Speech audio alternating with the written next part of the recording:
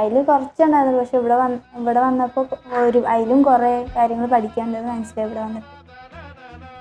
എൻ്റെ പേര് പ്രനീഷ. ഞാൻ BBA പഠിച്ചത്.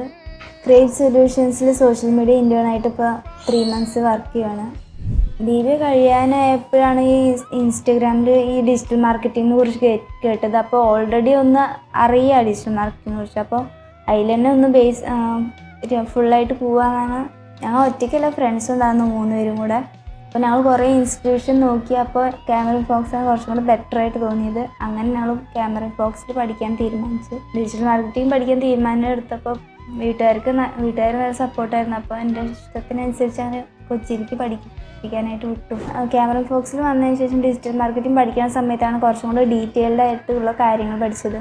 ഓരോ കാര്യങ്ങൾക്കും ഓരോ AI ആപ്പ് വെച്ചിട്ടായിരിക്കും. ഇപ്പോൾ ChatGPT തന്നെ എല്ലാം ഉണ്ടാവണമെന്നില്ല. അപ്പോൾ വീഡിയോ എഡിറ്റിംഗ് ആണെങ്കിൽ അതിനുള്ളൊരു വേറെ ആപ്പ് ഉണ്ടാവും, പ്രസൻറ്റേഷന് വേറെ ആപ്പ്, അങ്ങനെ കുറേ ഡിഫറെൻറ്റ് കാര്യങ്ങൾക്ക് ഡിഫറെൻറ്റ് ആപ്പാണ് പഠിച്ചത് ഇവിടെ.